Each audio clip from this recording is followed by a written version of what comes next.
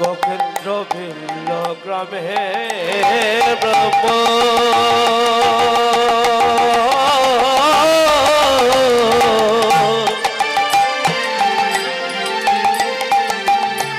অজয় নদীর তীরে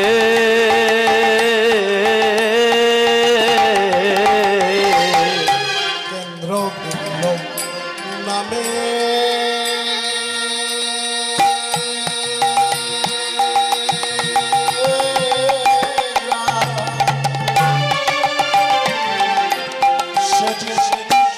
অজয় নদী তীরে কেন্দ্র ভিন্ন গ্রামে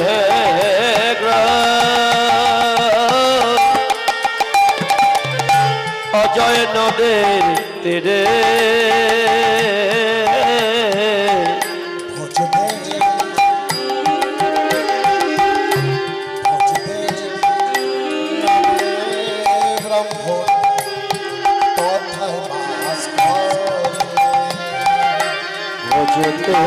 ভজতে ব্রহ্ম তথায় ভাস করে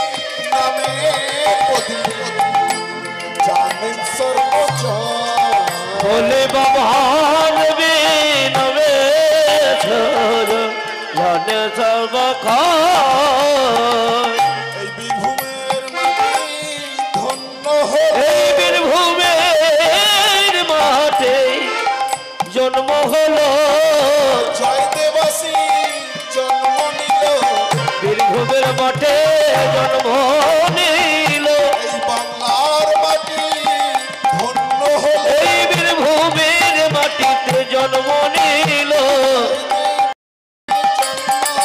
বলে ভারত ভূমি ধন্য হলো বলে ভারত ভূমি ধন্য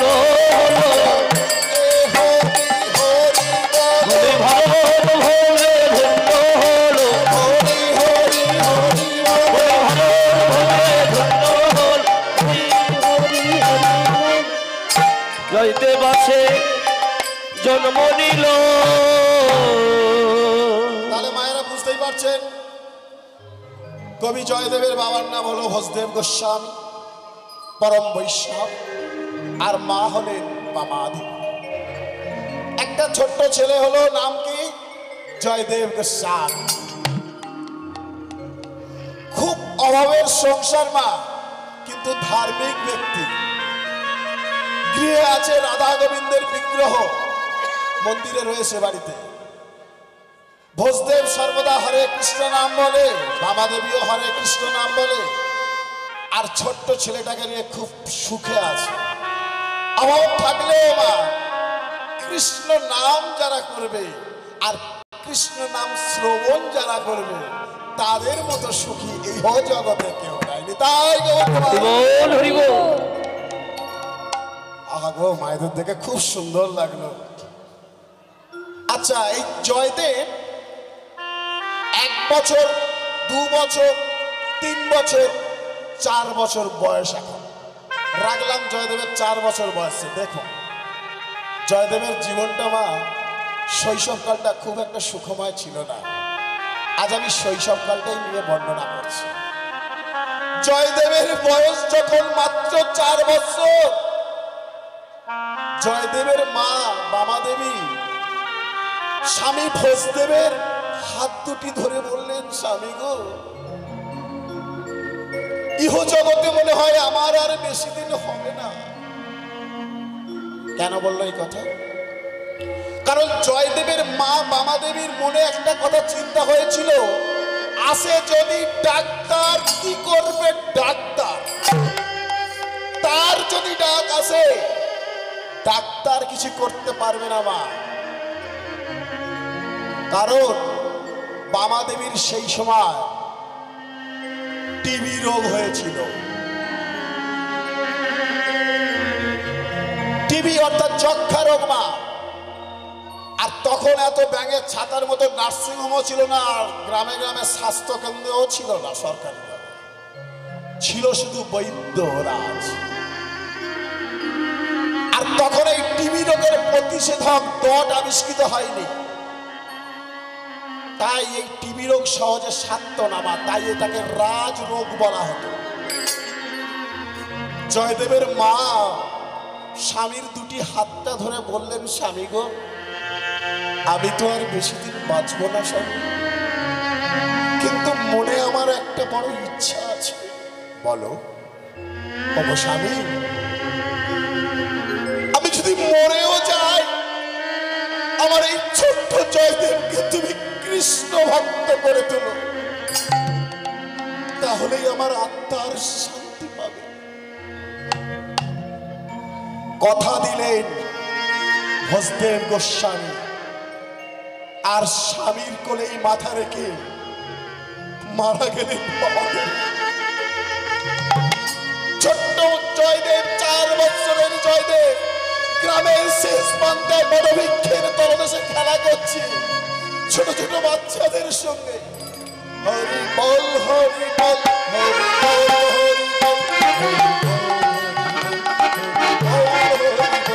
হরি বল হরি বল হরি বল হরি বল হরি বল হরি বল হরি বল হরি বল হরি বল। গ্রামের একটা কাকিমা ডাকলো, জয়দেব, ওরে জয়দেব, আর নাচিস না বাবা, চলে আয়, চলে আয়। কেন? ওরে তোর মাঝে চিরদিনের মতো ঘুমিয়ে পড়েছে। 4 বছরের ছেলে বাবা, চিরদিনের মতো ঘুম কাকে বলে জানে না। বললো মা ঘুমিয়ে পড়েছে, কাকিমা চলো বাড়ি চলো, মাকে তাহলে ঘুম থেকে জাগাতে হবে। ছোট্ট ছেলে 4 বছরের জয়দেব কাকিমার হাত ধরে ধরে যখন বাড়িতে এলো, দেখছে রাধা কৃষ্ণের যে বিগ্রহের মন্দির রয়েছে, মন্দিরের সামনে তার মাকে শায়িত করে বাঁশের দোলায় প্রতিবেশীরা চড়িয়ে দিয়ে দড়ি দিয়ে বাঁধছে। জয়দেব চিন্তা করছে, আমার মাকে এরা দড়ি দিয়ে বাঁধছে কেন? সবাই যখন শ্মশানে যাচ্ছে গতি করতে করতে, সবার পিছনে ছোট্ট জয়দেব ছুটে ছুটে চলেছে আর বলে বলে চলেছে,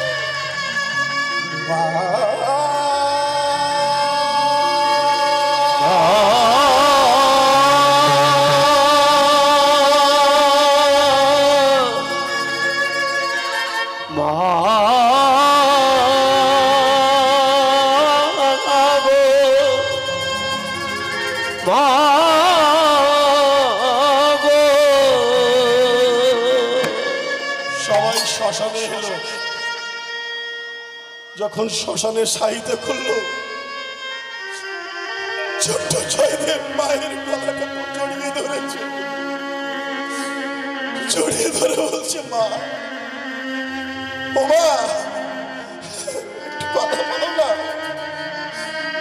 মা গো, তুমি আমার গর্ভধারিণী মা,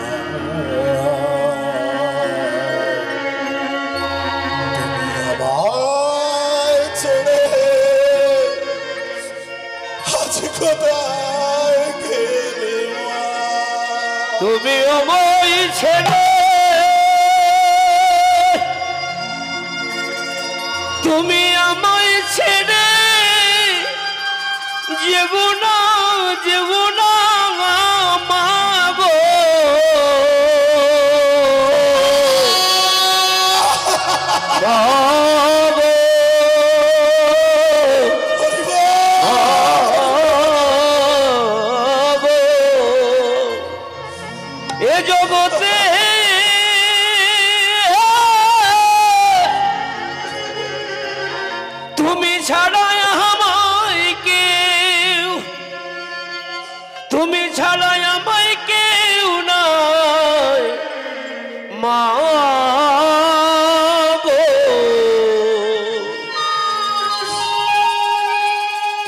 আমায় ছেড়ে যেও না মাগো। শ্মশানের চিতার আগুনে শেষ হয়ে গেল বাবা দেবীর সর্বাঙ্গ শরীরটা। ছোট্ট জয়দেবকে পিতা বসতে বুকে জড়িয়ে ধরলেন, বললেন ওরে জয়দেব, আজ থেকে আমি তোর মা, আমি তোর বাবা, আমি পিতার শাসনে মাতার স্নেহে তোকে মানুষ করে তুলব বাবা।